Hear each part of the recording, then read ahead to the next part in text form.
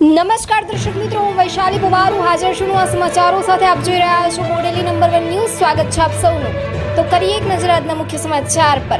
Chhota Udepur breaking news. Chhota Udepur મહિલા police station head constable ₹2000ની લાંચ લેતા એસીબીએ ઝડપી પાડ્યા.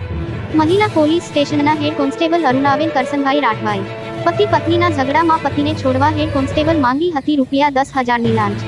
રકઝક બાદ ₹5,000 નક્કી કર્યા હતા અને ₹2,000 ગત 2 જાન્યુઆરીએ આપ્યા હતા. બાકીના ₹3,000 આજે આપવાનો વાયદો હતો, જેમાંથી ₹2,000 રોકડા આપતા ભરૂચ એસીબીના હાથે રંગેહાથે ઝડપાઈ ગયા હતા.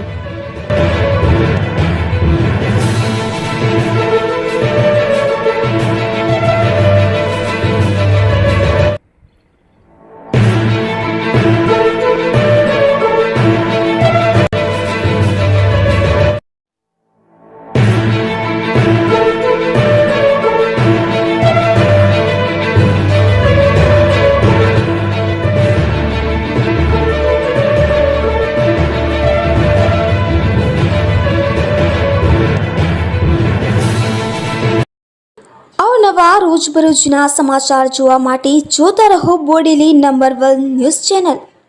ને જો આપે અત્યાર સુધી આ ચેનલને સબસ્ક્રાઇબ ન કરી હોય તો સબસ્ક્રાઇબ કરો ને શેર કરો.